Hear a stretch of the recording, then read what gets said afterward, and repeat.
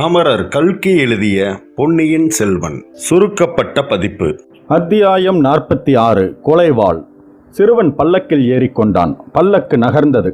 அதைச் சுற்றிலும் தீப்பந்தங்களை பிடித்து கொண்டு பலவித கோஷங்களை எழுப்பிக் கொண்டும் ரவிதாசனுடைய கோஷ்டியார் சென்றார்கள். அந்த அதிசய ஊர்வலம் போய்கொண்டே இருந்தது.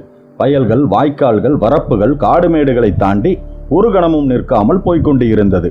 கடைசியாக வெள்ளம் பெருக்கெடுத்து ஓடிய மண்ணி நதியையும் தாண்டி அப்பால் திருப்புறம்பயம் எல்லையை அடைந்தது. பள்ளிப்படையை சுற்றிலும் மண்டியிருந்த காடுகளுக்குள்ளும் பிரவேசித்தது. 100 வருடங்களுக்கு முன் கட்டப்பட்டு இப்பொழுது பாழடைந்த காடு அடர்ந்திருந்த பள்ளிப்படைக்கு உள்ளே இருந்து ஒருவன் பழைய சிம்மாசனம் ஒன்றை எடுத்து கொண்டு வந்து போட்டான். அதில் சக்கரவர்த்தி என்று அழைக்கப்பட்ட சிறுவனை உட்காரச் செய்தார்கள். தீவர்த்திகள் 2 மட்டும் வைத்துக் கொண்டு மற்றவற்றை அணைத்து விட்டார்கள். அவ்விதம் தீவர்த்திகளை அணைத்த பொழுது எழுந்த புகை நாலாபுரமும் சூழ்ந்தது. ராணி இன்னும் வரவில்லையே என்றான் ஒருவன். சமயம் பார்த்துத்தானே வர வேண்டும். 2வது ஜாமத்திலேதான் நான் வர சொல்லி இருக்கிறேன். அதுவரையில் வழுதி குலத்து புகழ் மாலையை யாராவது பாடுங்கள் என்றான் சோமன் சாம்பவன். இடும்பன்காரி உடுக்கு ஒன்றை எடுத்து லேசாக அதை தட்டினான். தேவராளன் பாட்டு பாடத் தொடங்கினான். அது அந்த இடத்தில் 100 வருடங்களுக்கு முன்னால் நடந்த மாபெரும் போரை பற்றிய வரலாறு. அங்கேதான் வரகுண பாண்டியனுக்கும் அபராஜித பல்லவனுக்கும் 3 நாட்கள் கொடிய யுத்தம் நடந்தது. பல்லவனுக்கு துணையாக கங்க மன்னன் பிரதிவீபதி வந்தான். அப்போரில் மாண்ட லட்சக்கணக்கான வீரர்களைப் போல் அம்மகாவீரனும் இறந்து விழுந்தான். அவனுடைய ஞாபகமாக கட்டிய பள்ளிப்படை கோவில்தான் இப்பொழுது சதிகாரர்கள் கூடும் இடமாக அமைந்திருக்கிறது. கங்க மன்னன் இறந்ததும் பல்லவர்கள் படைகள் சிதறி ஓடத் தொடங்கின. பாண்டிய படையின் வெற்றி நிச்சயம் என்று தோன்றியது. இச்சமயத்தில் சோழர் படைகள் பல்லவர்களின் உதவிக்கு வந்தன. அப்படைக்கு தலைமை வகித்து திருமேனியில் 96 புன் சுமந்த விஜயால சோழன் வந்தான். 2 கால்களையும் முன்னமே இழந்திருந்த அவ்வீர பெருங்கிழவனை 4 பேர் தூக்கிக் கொண்டு வந்தார்கள். 2 கைகளிலும் 2 நெடிய வாட்களை ஏந்தி கொண்டு அவன் பாண்டியர் படைக்குள் புகுந்தான். 2 வாள்களையும் சக்கராயுதமாக சுழற்றி கொண்டே போனான். அவன் சென்ற இடங்களிலெல்லாம் இருபுறமும் பாண்டிய வீரர்களின் உயிரற்ற உடல்கள் மலைமலையாக குவிந்தன. சிதறி ஓடிய பல்லவ சேனா வீரர்கள் திரும்பி வரத் தொடங்கினார்கள். வாள்களும் வேல்களும் மோதின. 1000 16,000 தலைகள் நாலாபுரமும் உருண்டன. ஆயிரக்கணக்கான உயிரற்ற உடல்கள் விழுந்தன. அச்சமயம் தேவராளன் பாண்டியர் படைக்கு முன்னால் பல்லவரும் கங்கரும் தோற்று ஓடியதை பற்றி பாடிக்கொண்டிருந்தான். உடுக்கு முழக்கம் திடீரென்று நின்றது. தேவராளனும் பாட்டை உடனே நிறுத்தினான். சற்று தூரத்தில் ஒரு தீவர்த்தி வெளிச்சம் தெரிந்தது. அது நெருங்கி வந்தது. தீவர்த்தி வெளிச்சத்தை தொடர்ந்து ஒரு பல்லக்கு வந்தது. பல்லக்கை சுமந்து வந்தவர்கள் அதை கீழே இறக்கி வைத்தார்கள். பல்லக்கின் திரைகள் விலகின. நந்தினி பல்லக்கிலிருந்து இறங்கியதும் சிம்மாசனத்தில் வீற்றிருந்த சிறுவனை பார்த்தாள். அவனையே பார்த்த வண்ணம் நடந்து வந்தாள். சிறுவனும் அவளையே பார்த்து கொண்டிருந்தான். நந்தினி அவனை தன் 2 கரங்களாலும் அணைத்து கொண்டாள். உச்சி முகர்ந்தாள். சிறுவனும் அவளை கெட்டியாக பிடித்து கொண்டான். நந்தினி சிறுவனை சிம்மாசனத்தில் உட்கார வைத்தாள். மீண்டும் பல்லக்கின் அருகில் சென்றாள். அதனுள்ளிருந்து வாளை எடுத்து கொண்டாள். பல்லக்கு தூக்கி வந்தவர்களை பார்த்து ஏதோ சமிக்ஞை செய்தாள். அவர்கள் பல்லக்கை தூக்கி கொண்டு சற்று தூரத்தில் போய் மறைவாக உட்கார்ந்து கொண்டார்கள். நந்தினி மீண்டும் சிம்மாசனத்தின் அருகில் வந்தாள். கத்தியை அச்சிம்மாசனத்தின் மீது குறுக்காக வைத்தாள். சிறுவன் அதை அடங்கா ஆர்வத்துடன் பார்த்து கொண்டே, நான் இதை கையில் எடுக்கலாமா என்று கேட்டான். சற்று பொறு என் கண்மணி என்றாள் நந்தினி. பிறகு ரவிதாசன் முதலியவர்களை வரிசையாக உற்று பார்த்தாள். சபதம் எடுத்துக் கொண்டவர்களை தவிர இங்கு வேறு யாரும் இல்லையே என்று கேட்டாள்.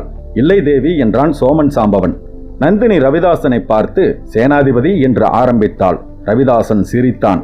இன்றைக்கு உமக்கு சிரிப்பாக இருக்கிறது. அடுத்த மாதம் இந்த நாளில் எப்படி இருக்குமோ யார் கண்டது? தேவி, அந்த நல்ல நாள் வரத்தான் போகிறது என்று எத்தனையோ காலமாக நாங்கள் காத்து கொண்டிருக்கிறோம். ஐயா, நாமோ ஒரு சிலர். நம் சக்கரவர்த்தி சின்னஞ்சிறு குழந்தை. சோழ ராஜ்யம் மகத்தானது. சோழர்களின் சேனாபலம் அளவற்றது.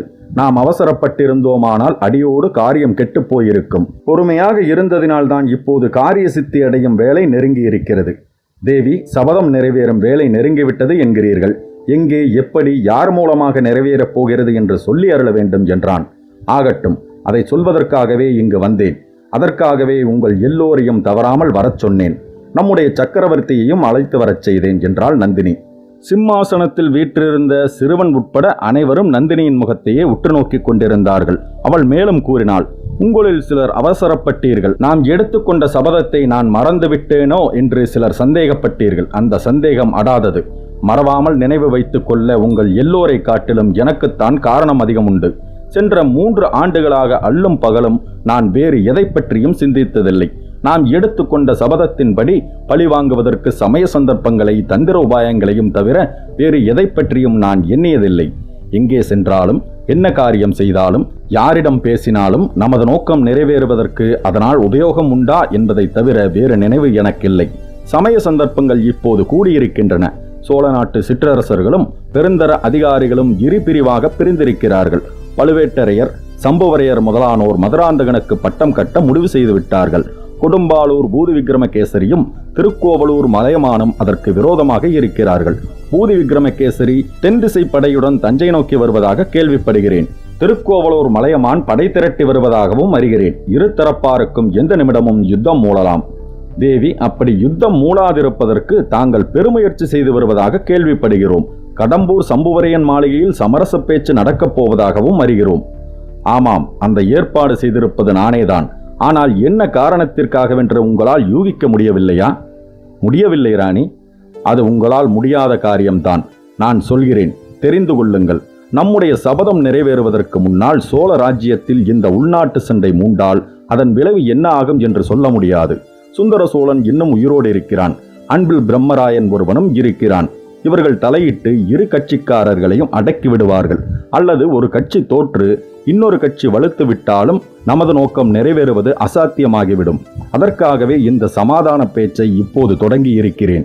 சண்டை உண்மையாக மூழுவதற்குள்ளே நாம் நோக்கத்தை நிறைவேற்றிவிட வேண்டும். அப்படி நிறைவேற்றிய பிறகு சோழ ராஜ்யத்து சிற்றரசர்களுக்குள் மூழும் சண்டைக்கு முடிவே இருக்காது. ஒவ்வொருவரும் சர்வநாசம் அடையும் வரையில் சண்டை நடந்து கொண்டே இருக்கும். இப்போது தெரிகிறதா சமாதான பேச்சு தொடங்கியதன் காரணம்? இதை கேட்டதும் அங்கே சூழ்ந்து நின்றவர்கள் எல்லோருடைய முகங்களிலும் வியப்புக்கும் உற்சாகத்திற்கும் அறிகுறிகள் காணப்பட்டன. பழுவூர் இளையராணியின் மதிநுட்பத்தை வியந்து அவர்கள் ஒருவருக்கொருவர் மெல்லிய குரலில் பேசிக்கொண்டார்கள். ரவிதாசனுக்கும் ஆச்சரியப்படாமல் இருக்க முடியவில்லை. தேவி, தங்களுடைய அபூர்வமான முன் யோசனை திறனை வியக்கிறோம். சமாதான பேச்சின் கருத்தை அறிந்து கொண்டோம். ஆனால் சபதம் நிறைவேறும் நாள் நெருங்கிவிட்டது என்கிறீர்கள். அதை நடத்துவது யார், எப்படி, எப்போது என்றான். அதற்கும் சேர்த்துத்தான் இந்த யுக்தி செய்திருக்கிறேன். சமாதான பேச்சு என்ற பெயரில் நமது முதல் பகைவன் கடம்பூர் சம்புவரையர் மாளிகைக்கு வரும்படி அழைப்பு அனுப்பியிருக்கிறேன். அவன் அங்கே கட்டாயம் வந்து சேருவான். நம்முடைய சபதத்தை அங்கேதான் நிறைவேற்றியாக வேண்டும். வீரபாண்டிய சக்கரவர்த்தியின் ஆபத்துதவிகளே, உங்களுடைய பழி தீரும் வேளை நெருங்கிவிட்டது. இன்றைக்கு சனிக்கிழமை அல்லவா? அடுத்த சனிக்கிழமைக்குள் நம்முடைய சபதம் நிறைவேறிவிடும். அங்கே இருந்த 20 பேர்களும் ஏக காலத்தில் ஆகாகாரம் செய்தார்கள். சிலர் துள்ளி குதித்தார்கள். உடுக்க வைத்திருந்தவன் உற்சாக மிகுதியினால் அதை 2 தடவை தட்டினான். மரக்கிளைகளில் தூங்கிக் கொண்டிருந்த ஆந்தைகள் விழித்து உருமிக்கொண்டு வேறு கிளைகளுக்கு தாவின. வவ்வாள்கள் சடசடவென்று சிறகுகளை அடித்து கொண்டு ஓடின. ரவிதாசன் மற்றவர்களுடைய உற்சாகத்தை கையமர்த்தி அடக்கினான். தேவி, தங்களுடைய கடைசி வார்த்தை எங்களுக்கு அளவில்லாத குதூகலத்தை அளித்திருக்கிறது. நமது முதல் பகைவனை கொன்று பழிமுடிக்கும் காலம் இவ்வளவு அண்மையில் வந்திருப்பதை எண்ணி கழிக்கிறோம். ஆனால் பழிமுடிக்கும் பாக்கியம் யாருக்கு என்று கேட்டான். அதற்கு நமக்குள் போட்டி ஏற்படுவது இயற்கைதான். இதை யாருக்கும் மனத்தாங்கள் இல்லாத முறையில் முடிவு செய்வதற்காகவே வீரபாண்டியரின் திருக்குமார சக்கரவர்த்தியை இங்கு அழைத்து வரச் செய்தேன். வீரபாண்டியரின் கத்தியும் இதோ இருக்கிறது. இந்த சின்னஞ்சிறு குழந்தை தந்தையின் கத்தியை தொட்டு நம்மில் எவர் கையில் கொடுக்கிறதோ அவர் பழிமுடிக்க வேண்டும். மற்றவர்கள் அக்கம்பக்கத்தில் உதவிக்கு சித்தமாக நிற்க வேண்டும். ஏற்றுக்கொண்டவர் தவறிவிட்டால் மற்றவர்கள் முன்வந்து முடிக்க வேண்டும். கடம்பூர் மாளிகைக்குள்ளேயே நான் இருப்பேன். இடும்பன்காரி கோட்டை காவலர்களில் ஒருவனாக இருப்பான். பழிமுடிக்கும் பொறுப்பு ஏற்றுக்கொண்டவர் மாளிகைக்குள் பிரவேசிப்பதற்கு நாங்கள் உதவி செய்வோம். இந்த ஏற்பாடுகளுக்கெல்லாம் சம்மதம் தானே என்றாள் நந்தினி. ஆபத்துதவிகள் ஒருவரையொருவர் ஆர்வத்துடன் பார்த்து கொண்டார்கள். எல்லோருக்கும் அந்த ஏற்பாடு சம்மதமாகவே தோன்றியது. ரவிதாசன் கூறினான், தாங்கள் சொன்னது சரியான ஏற்பாடுதான். அதற்கு நாங்கள் எல்லோரும் சம்மதிக்கிறோம். பின்னர் இந்த பேச்சுக்கள் எல்லாம் புரிந்தும் புரியாமலும் கேட்டுக்கொண்டிருந்த சிறுவனை நந்தினி தேவி பார்த்து, என் கண்மணி, இந்த வீரவாள் உன் தந்தையுடையது. இதை உன் பிஞ்சு கையினால் எடுத்து இங்கே உள்ளவர்களில் உனக்கு யாரை அதிகமாக பிடித்திருக்கிறதோ அவர்களிடம் கொடு என்றாள். ரவிதாசன் சற்று அருகில் வந்து, சக்கரவர்த்தி, எங்களை எல்லாம் நன்றாக பாருங்கள். எங்களில் யார் வீரன் என்றும் தைரியசாலி என்றும் தங்களுக்கு தோன்றுகிறதோ அவனிடம் இந்த பாண்டிய குலத்து வீரவாளை தொட்டுக் கொடுங்கள் என்றான்.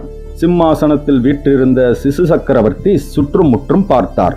எல்லோரும் அடங்காத ஆவலுடனும் பரபரப்புடனும் சக்கரவர்த்தியின் முகத்தை பார்த்து கொண்டிருந்தார்கள். ஒவ்வொருவருடைய கண்களும் என்னிடம் கொடுங்கள், என்னிடம் கொடுங்கள் என்று கெஞ்சும் பாவத்தை காட்டின. ரவிதாசனுடைய முகமும் கண்களும் மட்டும் என்னிடம் கொடுங்கள் என்று அதிகாரப்பூர்வமாக பயமுறுத்தி கட்டளையிட்டன. சிறுவன் 2-3 தடவை எல்லோரையும் திரும்பி திரும்பி பார்த்த பின்னர் கத்தியை கையில் எடுத்தான். அதை தூக்க முடியாமல் தூக்கினான். அனைவருடைய பரபரப்பும் சிகரத்தை அடைந்தது. சிறுவன் பளிச்சென்று நந்தினி நின்ற பக்கம் திரும்பினான். எனக்கு உன்னைத்தான் எல்லோரை காட்டிலும் அதிகமாக பிடித்திருக்கிறது. நான் பெரியவனாகும் வரையில் நீதான் எனக்காக ராஜ்யத்தை ஆள வேண்டும் என்று சொல்லிக்கொண்டே வாளை அவளிடம் கொடுத்தான். சக்கரவர்த்தி என்று அழைக்கப்பட்ட சிறுவன் கொடுத்த வாளை நந்தினி வாங்கிக் கொண்டாள். அதை மார்போடு அணைத்து தழுவிக்கொண்டாள். பின்னர் அச்சிறுவனையும் தூக்கி கொண்டு அவனையும் சேர்த்து மார்புடன் அணைத்து தழுவிக்கொண்டாள். அவளுடைய கண்களிலிருந்து தாரை தாரையாக கண்ணீர் பொழிந்தது. மற்றவர்கள் சற்று நேரம் வரை இந்த காட்சியை பார்த்து கொண்டு திகைத்து நின்றார்கள். ரவிதாசன் முதலில் திகைப்பு நீங்க பெற்று கூறினான், தேவி, சக்கரவர்த்தி நம்முடைய கோரிக்கையை நன்றாக புரிந்து கொள்ளவில்லை. புரிந்து கொள்ளாமல் தங்களிடம் வாளை கொடுத்து விட்டார். மறுபடியும் விளக்கமாக சொல்லி என்று அவன் சொல்லிக் கொண்டிருக்கும் போதே நந்தினி அவனை தடுத்து நிறுத்தினாள். தழுதழுத்த குரலில் கூறினான், இல்லை ஐயா, இல்லை. சக்கரவர்த்தி நன்றாக புரிந்து கொண்டுதான் வாளை என்னிடம் கொடுத்தார். என் கண்ணீரை பார்த்து நீங்கள் கலங்க வேண்டாம். வீரபாண்டிய சக்கரவர்த்தியின் படுகொலைக்கு பழிக்கு பழி வாங்கும் பாக்கியம் எனக்கு கிடைத்ததை நினைத்து களிப்பு மிகுதியால் கண்ணீர் விடுகிறேன். தேவி, யோசித்து பாருங்கள்.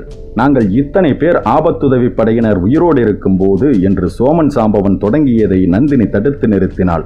யோசிக்க வேண்டியதே இல்லை. அந்த பொறுப்பு என்னுடையதுதான். உங்களுக்கெல்லாம் வேலை இல்லாமல் போகவில்லை. உங்களில் பாதி பேர் சக்கரவர்த்தியை பத்திரமாக பஞ்சபாண்டவர் மலைக்கு கொண்டு போய் சேருங்கள். மற்றவர்கள் கடம்பூருக்கு வாருங்கள். சம்புவரையன் மாளிகைக்குள் வரக்கூடியவர்கள் வாருங்கள். மற்றவர்கள் வெளியில் சித்தமாக காத்திருங்கள். வேகமாக செல்லக்கூடிய குதிரைகளுடன் காத்திருங்கள். காரியம் வெற்றிகரமாக முடிந்த பின் கூடுமானால் எல்லோரும் உயிருடன் தப்பித்துச் செல்ல வேண்டுமல்லவா என்றாள் நந்தினி. ரவிதாசன் முன் வந்து, அம்மணி, ஒரு விஷயம் சொல்ல மறந்து போய்விட்டது. அதை சொல்ல அனுமதிக்க வேண்டும் என்றான். சொல்லுங்கள் ஐயா, சீக்கிரம் சொல்லுங்கள். பழுவேட்டரையர் கொள்ளிடக்கரையில் நடக்கும் காளாமுகர்களின் மகா சங்கமத்திற்கு போயிருக்கிறார். அவர் திரும்பி வந்து விடுவதற்குள்ளே நான் அரண்மனை போய் சேர வேண்டும் என்றாள் நந்தினி. நமது முதல் பகைவன் ஆதித்த கரிகாலன் கடம்பூர் சம்புவரையன் மாளிகைக்கு வந்து சேருவான் என்று சொன்னீர்கள் அல்லவா? அது அவ்வளவு நிச்சயமில்லை என்றான். எந்த காரணத்தை கொண்டு அவ்விதம் சொல்கிறீர்கள்? தகுந்த காரணத்தை கொண்டுதான் சொல்கிறேன். கடம்பூர் மாளிகைக்கு எக்காரணத்தை கொண்டும் வரவேண்டாம் என்று ஆதித்த கரிகாலனுக்கு ஓலை போகிறது. பழையாறை இளைய பிராட்டியும் முதன் மந்திரி அனிருத்தரும் அவ்விதம் செய்தி அனுப்பியிருக்கிறார்கள் என்றான். அந்த விவரம் எனக்கு தெரியாது என்று நினைத்தீர்களா? தெரிந்திருந்தும் அவன் கடம்பூருக்கு வருவான் என்று நீங்கள் எதிர்பார்க்கிறீர்களா? ஆம், அவசியம் எதிர்பார்க்கிறேன். ஆதித்த கரிகாலனுடைய இயல்பு அந்த பழையாறை பெண்பாம்பிற்கு தெரியாது. அன்பில் பிரம்மராட்சதனுக்கும் தெரியாது. மாய மந்திர வித்தைகளில் தேர்ந்த உமக்கும் கூட தெரியவில்லை. எந்த காரியத்தையாவது செய்ய வேண்டாம் என்று யாரேனும் தடுத்தால் அதைத்தான் ஆதித்த கரிகாலன் கட்டாயமாக செய்வார். அது எனக்கு தெரியும், நிச்சயமாக தெரியும். ஆதித்த கரிகாலர் அருள்மொழிவர்மனைப் போன்ற எடுப்பார் கைப்பிள்ளை அல்ல. மதுராந்தகனைப் போன்ற பயங்கொல்லி பேதையும் அல்ல. கடம்பூருக்கு வரவேண்டாம் என்று தமக்கையும் முதன் மந்திரியும் செய்தி அனுப்பியிருப்பதினாலேயே கட்டாயம் ஆதித்த கரிகாலர் கடம்பூருக்கு வந்து சேருவார் என்றாள் நந்தினி. அத்தியாயம் 47. ஜுரம் தெளிந்தது. நாகைப்பட்டினம் சூடாமணி விகாரத்தில் ஆச்சாரிய பிக்ஷுவின் அறைக்கு பக்கத்து அறையில் பொன்னியின் செல்வன் மரக்கட்டிலில் படுத்துக் கொண்டிருந்தான். 3 நாள் அவனுக்கு கடும் ஜுரம் அடித்துக் கொண்டிருந்தது. பெரும்பாலும் சுயநினைவே இல்லாமல் இருந்தது. இந்த நாட்களில் பிக்ஷுக்கள் அவனை கண்ணும் கருத்துமாக கவனித்துக் கொண்டு வந்தார்கள். வேலைக்கு வேலை மருந்து கொடுத்து வந்தார்கள். அடிக்கடி வாயில் தண்ணீர் ஊற்றிக்கொண்டு ஜாக்கிரதையாக பார்த்து வந்தார்கள். 4ஆம் நாள் காலையில் தூக்கத்திலிருந்து விழித்தெழுவது போல எழுந்து பூரண சுயநினைவு பெற்றான். உடம்பு பலவீனமாகத்தான் இருந்தது, ஆனால் உள்ளம் தெளிவாக இருந்தது. அச்சமயம் புத்த பிக்ஷு ஒருவர் அந்த அறைக்கு வந்தார். வழக்கம் போல கையில் கிண்ணத்துடன் வந்தார். இளவரசன் அருகில் வந்ததும் பிக்ஷு அவனை உற்று பார்த்தார். இளவரசன் கையை நீட்டி கிண்ணத்தை வாங்கி அதில் இருப்பது என்னவென்று பார்த்தான். அது மருந்து அல்ல, மருந்து கலந்த பால் என்று தெரிந்து கொண்டான். பிக்ஷுவை நோக்கி, சுவாமி, இது என்ன இடம்? தாங்கள் யார்? எத்தனை நாளாக நான் இங்கு இப்படி படுத்திருக்கிறேன் என்று கேட்டான். அந்த பிக்ஷு அதற்கு ஒன்றும் மறுமொழி சொல்லாமல் திரும்பிச் சென்றார். அடுத்த அறைக்கு அவர் சென்று, ஆச்சாரியரே, ஜுரம் நன்றாக தெளிந்து விட்டது, நினைவு பூரணமாக வந்துவிட்டது என்று கூறியது இளவரசன் காதில் விழுந்தது. சிறிது நேரத்திற்கெல்லாம் வயது முதிர்ந்த பிக்ஷு ஒருவர் பொன்னியின் செல்வன் இருந்த அறைக்கு வந்தார். கட்டிலின் அருகில் அவர் வந்ததும் இளவரசனை உற்று பார்த்தார். பிறகு மலர்ந்த முகத்துடன், பொன்னியின் செல்வா, தாங்கள் இருக்குமிடம் நாகப்பட்டினம் சூடாமணி விகாரம். கடுமையான ஜுரத்துடன் தாங்கள் இங்கே வந்து 3 தினங்கள் ஆயின. தங்களுக்கு இந்த சேவை செய்வதற்கு கொடுத்து வைத்திருந்தோம். நாங்கள் பாக்கியசாலிகள் என்றார். இளவரசன் மருந்தை சாப்பிட்டுவிட்டு, ஐயா, என் விஷயத்தில் தாங்கள் எவ்வளவோ சிரத்தை எடுத்து சிகிச்சை செய்வித்தீர்கள். ஆனால் இதற்காக தங்களுக்கு நான் நன்றி செலுத்தப் போவதில்லை என்றான். ஆச்சாரிய பிக்ஷு புன்னகை புரிந்து, இளவரசே, தாங்கள் நன்றி செலுத்த வேண்டிய அவசியமும் இல்லை. நோயாளிகளுக்கு சிகிச்சை செய்வது பரமோத்ம தர்மம் என்று புத்த பகவான் அருளியிருக்கிறார். நோய்பெற்ற பிராணிகளுக்கு கூட சிகிச்சை செய்யும்படி புத்த தர்மம் கட்டளையிடுகிறது. தங்களுக்கு சிகிச்சை செய்ததில் அதிக விசேஷம் ஒன்றுமில்லை. சோழகுலத்திற்கும் நாங்கள் மிகவும் கடமைப்பட்டவர்கள். தாங்கள் தந்தையார் சுந்தர சோழ சக்கரவர்த்தியும் தங்கள் திருத்தமக்கையார் இளைய பிராட்டியும் புத்த தர்மத்திற்கு எவ்வளவோ ஆதரவளித்திருக்கிறார்கள். இலங்கை அனுராதபுரத்தில் புத்த விகாரங்களை புதுப்பித்து கட்ட நீங்கள் ஏற்பாடு செய்ததும் எங்களுக்கு தெரிந்ததே. அப்படி இருக்கும்போது நாங்கள் இந்த சிறிய உதவிக்காக தங்களிடம் நன்றியை எதிர்பார்க்கவில்லை என்றார். ஆச்சாரியரே, நன்றி செலுத்துவது பற்றி அந்த முறையில் நான் கூறவில்லை. எனக்கு எப்பேற்பட்ட கடும் ஜுரம் வந்திருக்க வேண்டும் என்பதை நான் உணர்ந்திருக்கிறேன். இலங்கையில் இந்த ஜுரத்தினால் பீடிக்கப்பட்டவர்களின் கதியை நான் பார்த்திருக்கிறேன். நியாயமாக இதற்குள் நான் வானவர் உலகத்திற்கு போயிருக்க வேண்டும். அதை தாங்கள் கெடுத்து விட்டீர்கள். வானுலகத்தின் வாசல் வரையில் சென்ற என்னை திரும்ப இந்த துன்பம் நிறைந்த மண்ணுலகத்திற்கு கொண்டு வந்து விட்டீர்கள். ஆதலினால் எனக்கு தாங்கள் நன்மை செய்ததாகவே நான் எண்ணவில்லை. ஆகையால் தான் தங்களுக்கு நன்றி செலுத்தப் போவதில்லை என்று கூறினேன் என்றார் பொன்னியின் செல்வன். பொன்னியின் செல்வா, தாங்கள் வானுலகத்திற்கு போக வேண்டிய காலம் வரும். ஆனால் அந்த காலம் இன்னும் நெடுந்தூரத்தில் இருக்கிறது. இந்த மண்ணுலகில் தாங்கள் செய்ய வேண்டிய அரும்பெரும் காரியங்கள் எத்தனையோ இருக்கின்றன. அவற்றை முடித்துவிட்டல்லவா வானுலகம் செல்வது பற்றி யோசிக்க வேண்டும் என்றார். இதுகாரும் சாய்ந்து படுத்திருந்த பொன்னியின் செல்வன் நிமிர்ந்து உட்கார்ந்தான். அவனுடைய திருமுகத்தில் அபூர்வமான கலை பொழிந்தது. ஆச்சாரியாரே, தாங்கள் கூறுவது உண்மை. இந்த மண்ணுலகில் நான் சில காரியங்களை சாதிக்க விரும்புகிறேன். அரும்பெரும் பணிகள் பல செய்து முடிக்க விரும்புகிறேன். இந்த சூடாமணி விகாரத்தை ஒரு சமயம் வெளியிலிருந்து பார்த்தேன். அனுராதபுரத்திலுள்ள ஸ்தூபங்களையும் விகாரங்களையும் பார்த்தேன். அங்குள்ள அபயங்கிரி விகாரத்தைப் போல பெரிதாக இந்த சூடாமணி விகாரத்தை புனர் நிர்மாணம் செய்யப் போகிறேன். அனுராதபுரத்தில் உள்ள பெரிய பெரிய புத்தர் சிலைகளை போன்ற சிலைகளை இந்த விகாரத்திலும் அமைத்து பார்க்கப் போகிறேன். இன்னும் இந்த சோழ நாட்டில் உள்ள சிவாலயங்களை அம்மாதிரி புதுப்பித்து கட்டப் போகிறேன். இலங்கையில் உள்ள ஸ்தூபங்களையும் விகாரங்களையும் பார்த்துவிட்டு இந்த சோழ நாட்டில் உள்ள ஆலயங்களை நினைத்து பார்த்தால் எனக்கு உடலும் உள்ளமும் குன்றுகின்றன. வானலாவும் கோபுரத்தை உடைய மாபெரும் ஆலயத்தை தஞ்சாவூரில் நிர்மாணிக்கப் போகிறேன். அதற்கு தகுந்த அளவில் மகாதேவருடைய சிலையை செய்து நிர்மாணிக்கப் போகிறேன். ஆச்சாரியாரே, இந்த சோழ நாட்டில் புத்த ஸ்தூபங்களும் சிவாலயங்களின் கோபுரங்களும் ஒன்றோடொன்று போட்டியிட்டு மேகமண்டலத்தை எட்டப் போகின்றன. 1000 வருஷங்களுக்கு பிறகு இந்த தெய்வ தமிழ்நாட்டில் பிறக்கும் சந்ததிகள் அவற்றை கண்டு பிரமித்து நிற்கப் போகிறார்கள். இவ்வாறு ஆவேசம் கொண்டவன் போல பேசி வந்த இளவரசன் உடலில் போதிய பலமில்லாமையால் கட்டிலில் சாய்ந்தான். உடனே ஆச்சாரிய பிக்ஷு அவனுடைய தோள்களை பிடித்து கொண்டு கட்டிலில் தலை அடிபடாமல் பிடித்து கொள்ள மெல்ல மெல்ல அவனை படுக்க வைத்தார். நெற்றியில் கையினால் தடவி கொடுத்து, இளவரசே, தாங்கள் உத்தேசித்த அரும்பெரும் காரியங்களை எல்லாம் காலாகாலத்தில் செய்து முடிப்பீர்கள். முதலில் உடம்பு பூரணமாக குணமடைய வேண்டும். சற்று அமைதியாக இருங்கள் என்றார். அத்தியாயம் 48. நந்தி மண்டபம். யானை கம்பீரமாக நடந்து சென்று கொண்டிருந்தது. யானை மேல் அம்பாரி ஆடி அசைந்து கொண்டிருந்தது. முன்னும் பின்னும் காவற்படைகள் போய்க் கொண்டிருந்தன. பெய்த மழை சிறு தூறலாயிற்று. பிறகு தூறலும் நின்றது. வானத்தில் மேகக்கூட்டங்கள் சிதறிக் கலைந்தன. நட்சத்திரங்கள் எட்டி பார்த்தன. வானதி யானையின் அம்பாரி கூரை வழியாக மேலே வானத்தில் தெரிந்த நட்சத்திரங்களை பார்த்தாள். வானவெளியில் சஞ்சரிக்கும் நட்சத்திரங்களுக்கும் பூலோகத்தில் வாழும் மனிதர்களின் வாழ்க்கைக்கும் ஏதேனும் சம்பந்தம் இருக்க முடியுமா என்று அதிசயப்பட்டாள். வால் நட்சத்திரம் தோன்றுவது ஏதோ ஆபத்திற்கு அறிகுறி என்று ஜனங்கள் பேசிக்கொள்கிறார்களே, அது எவ்வளவு தூரம் உண்மையாக இருக்கும்? அப்படி என்ன ஆபத்து நடக்கும்? பொன்னியின் செல்வர் கடலில் மூழ்கியதுதான் அந்த ஆபத்தா? அக்கா கொண்டுள்ள நம்பிக்கையின்படி அவர் திரும்பி வருவாரா? அப்படியானால் வேறு என்ன ஆபத்து நடக்கக்கூடும்? இம்மாதிரி எல்லாம் வெகு நேரம் சிந்தனைகள் செய்து கொண்டிருந்த பிறகு வானதி லேசாக கண்ணயர்ந்தாள். அவள் கண் விழித்து பார்த்த பொழுது பொழுது புலர்ந்திருந்தது. புள்ளினங்கள் உதயகீதம் பாடின. இளைய பிராட்டியும் விழித்துக் கொண்டிருந்தாள். அம்பாரியின் பட்டுத்திரையை விளக்கிக் கொண்டு வெளியே பார்த்து, இதோ ஆனைமங்கலம் வந்துவிட்டோம், சோழ மாளிகையின் வாசலுக்கே வந்துவிட்டோம் என்றாள். இரு இளவரசிகளும் யானை மீதிருந்து இறங்கினார்கள். மாளிகைக்குள்ளே பிரவேசித்தார்கள். அங்கே ஆயத்தமாக இருந்த அரண்மனை தாதிமார்கள் இளவரசிகள் இருவரையும் மாளிகையின் எல்லா பகுதிகளுக்கும் அழைத்துச் சென்று காட்டினார்கள். கடைசியில் மாளிகையின் கீழ்ப்புறத்திற்கு வந்து அங்கிருந்த அலங்கார முன்றின் முகப்பில் நின்றபடி கடலுடன் கலந்த கால்வாயை பார்த்து கொண்டு நின்றார்கள். அக்கா, இளவரசரை தேடுவதற்கு ஏற்பாடு செய்யப் போவதாக சொன்னீர்களே, என்ன செய்திருக்கிறீர்கள் என்றால் கொடும்பாளூர் இளவரசி. ஆமடி வானதி, தேடுவதற்கு ஏற்பாடு ஆரம்பமாகிவிட்டது. அதோ பார், ஒரு படகு வருகிறது. அதில் வருகிறவர்கள் ஒரு வேலை ஏதேனும் செய்து கொண்டு வந்தாலும் கொண்டு வருவார்கள் என்றாள் குந்தவை. வானதி திரும்பி பார்த்தாள். சற்று தூரத்தில் மரக்கிளைகளின் இடைவெளியில் ஒரு சிறிய படகு வருவது தெரிந்தது. படகு அப்போது சென்று கொண்டிருந்த இடத்தின் கால்வாயின் கரைகள் இருபுறமும் ஓங்கி உயர்ந்திருந்தன. கால்வாயின் ஓரமாக படித்துறை மண்டபம் ஒன்று காணப்பட்டது. படிகள் முடிந்து மண்டபம் தொடங்கும் இடத்தில் 2 ஓரங்களிலும் 2 நந்தி விக்கிரகங்கள் அமைக்கப்பட்டிருந்தன. இந்த சிலைகளின் முக்கியம் பற்றியே அம்மண்டபத்திற்கு நந்தி மண்டபம் என்ற பெயர் ஏற்பட்டிருந்தது. படகு மண்டபத்தை நெருங்கி வந்தபோது இளைய பிராட்டி குந்தவை படிகளில் இறங்கி கீழ்ப்படிக்கு வந்தாள்.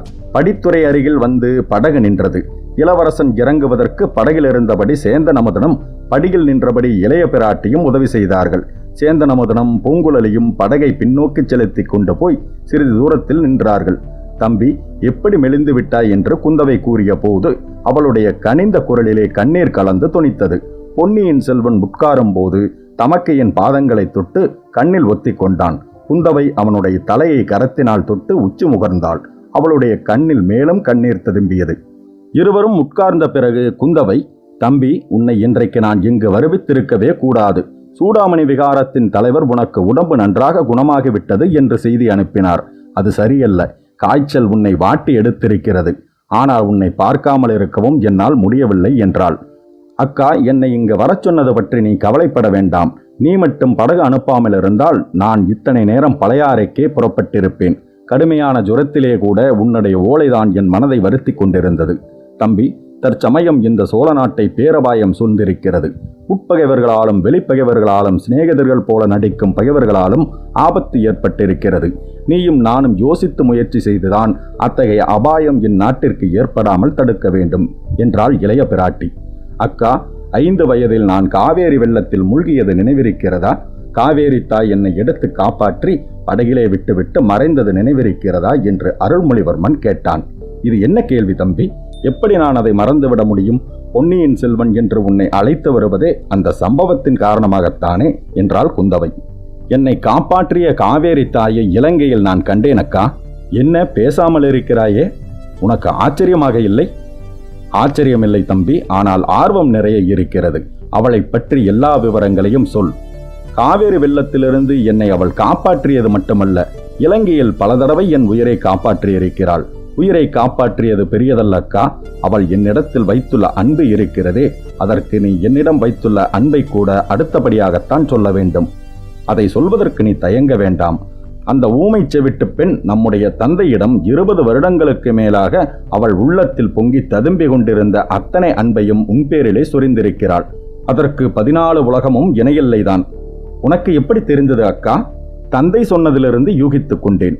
அந்த ஊமை பெண் வீற்றிருக்க வேண்டிய சிம்மாசனத்தில் நம் தாயார் வீற்றிருக்கிறாள். அது தெரிந்திருந்தும் அவள் உன்னிடத்தில் அத்தனை அன்பு வைத்திருந்தால் அது மிக விசேஷமல்லவா?